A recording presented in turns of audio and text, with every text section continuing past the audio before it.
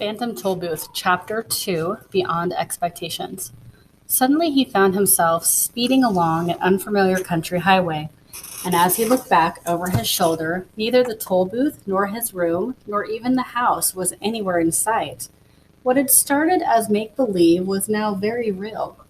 What a strange thing to have happen, he thought, just as you might be thinking right now.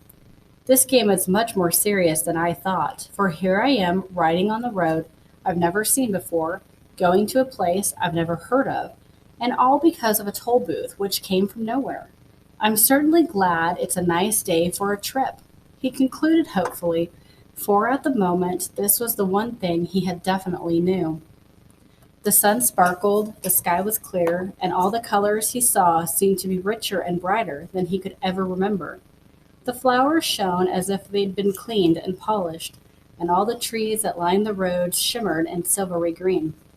"Welcome to Expectations," said a cheerful lettered sign on a small house at the side of the road. "Information, predictions, and advice cheerfully offered. Park here and blow horn." With the first sound from the horn, a little man in a long coat came rushing from the house, speaking as fast as he could and repeating everything several times. My, welcome, welcome, welcome, welcome, welcome to the land of expectations, for the land of expectations, to the land of expectations. We don't get many travelers these days. We certainly don't get many travelers these days. Now, what can I do for you? I'm the weatherman. "Is this the road to Dictionopolis?" asked Milo, as a little bowed over the elusive greeting. Well now, he began again.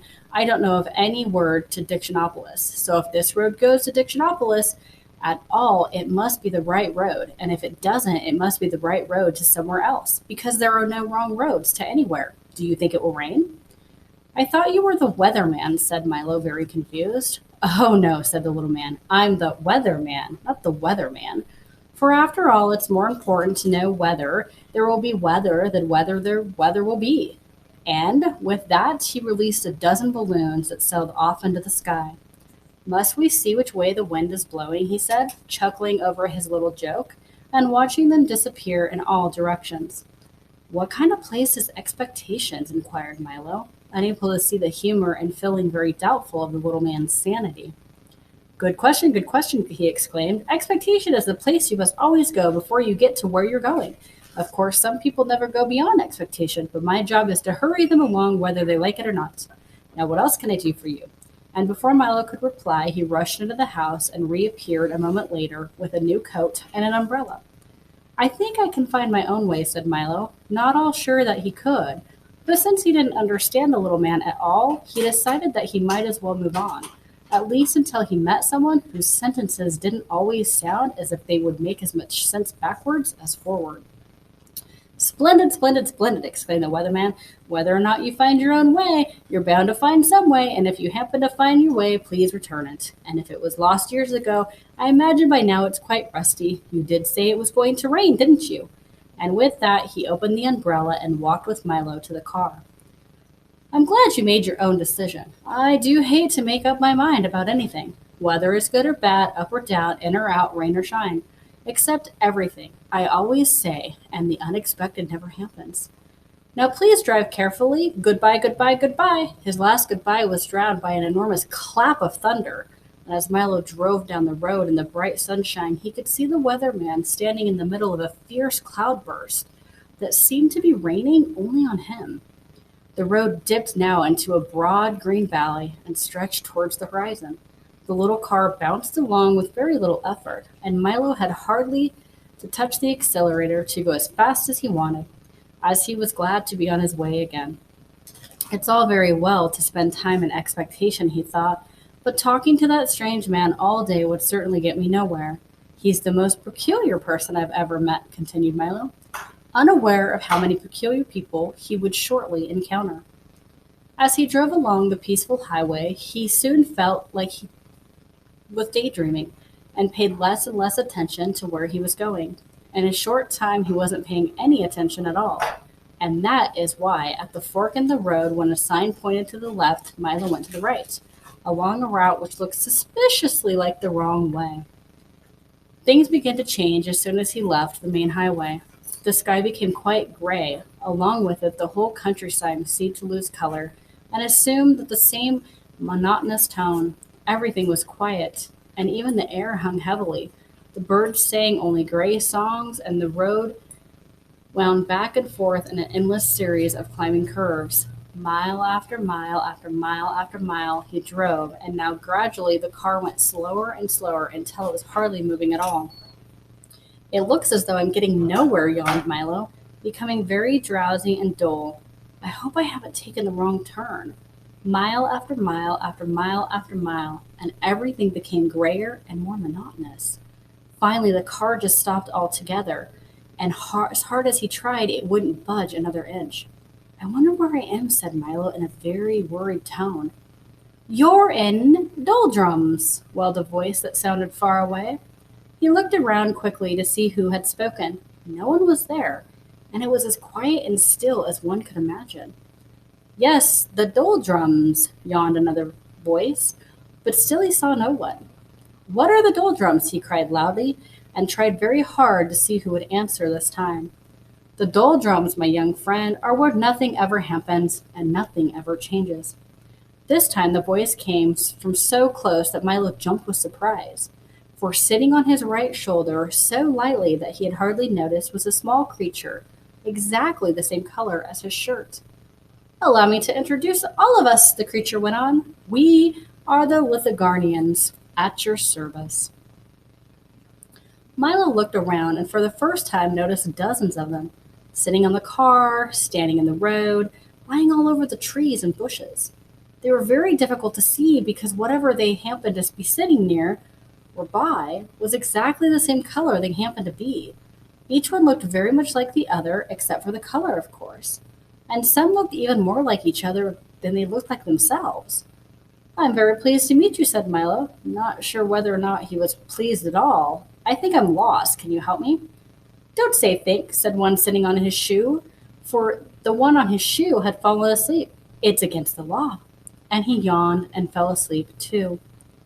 No one's allowed to think in doldrums, continued a third, beginning to doze off. And as each spoke, one he fell to sleep, and another picked up the conversation, with hardly any interruption. Don't you have a rule book? It's located on Ordinance 175389-J. Milo quickly pulled the rule book from his pocket, opened the page, and read Ordinance 175389-J. It shall be unlawful, illegal, and unethical to think of thinking, summarize, presume, reason, mediate, or speculate while in the doldrums. Anyone breaking this law should be severely punished. That's a ridiculous law, said Milo quite indignantly. Everybody thinks. We don't, shouted the Lithogarnians all at once. And most of the time, you don't, said a yellow one sitting on a daffodil. That's why you're here. You weren't thinking, and you weren't paying attention either. People who don't pay attention often get stuck in doldrums.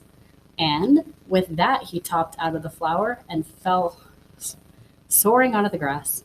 Milo couldn't help laughing at the little creature's strange behavior, even though he knew it might be rude. Stop that at once, ordered the plaid one clinging to his stocking.